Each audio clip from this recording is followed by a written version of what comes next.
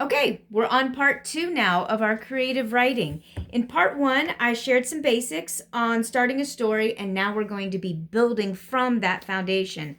I'm still in my teacher denim jacket. Thank you, Julie Jag. And I won't mention that at the beginning of every video. Don't worry.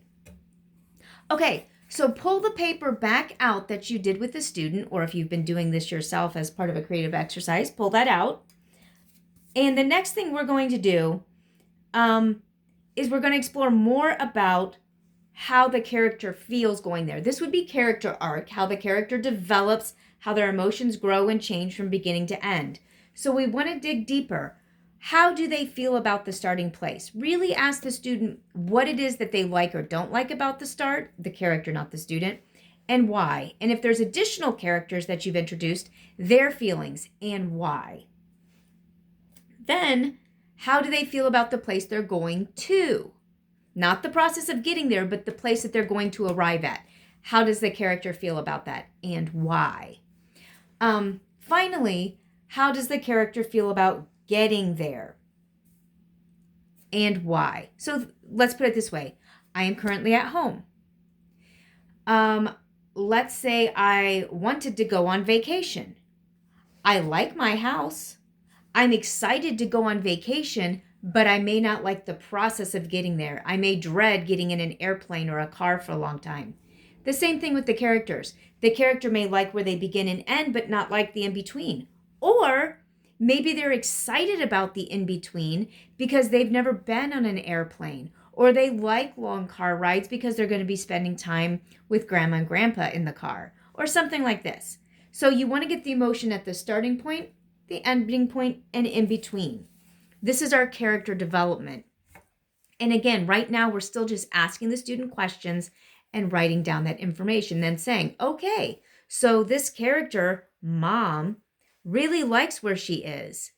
She's a little bit unhappy about how long it's going to take to get to the next place, but she's excited about going on vacation. You see that? Okay. So then any secondary or tertiary characters you would do likewise.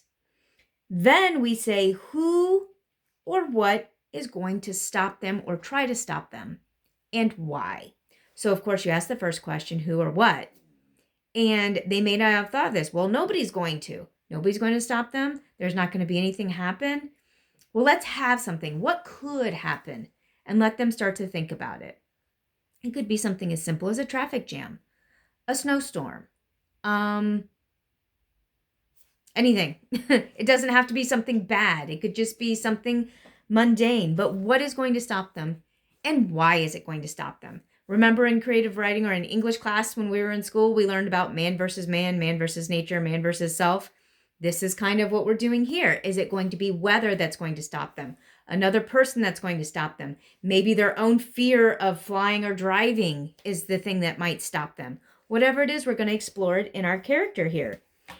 And then how are they going to feel when they arrive? As we explored before, let's talk about that more. Now that they're here, is it as good as they expected, better, or worse? How do they feel now that they have arrived? And again, we're writing these things down, and then we'll confirm with the student. Okay, we talked yesterday about Mom, da-da-da-da. And then this person's traveling with Mom, and Mom likes it at home, but she's excited. All those things we covered. Read back through everything you've written down. Ask the student, is there anything that you would like to add? Is there anything that we forgot? Anything you'd like to take out or change? All right. In part 3, we're going to be talking a little bit about revision. Again, these are really short videos because I'm trying to help you get a broad overview. If you have questions or if you feel I've rushed through or you want some clarification, put your questions down below and I will be sure to address them either in the comments or if there's a major question, I will be sure and make a new video and then link it as a reply to your comment. So don't worry about if the comment seems like it's rather broad.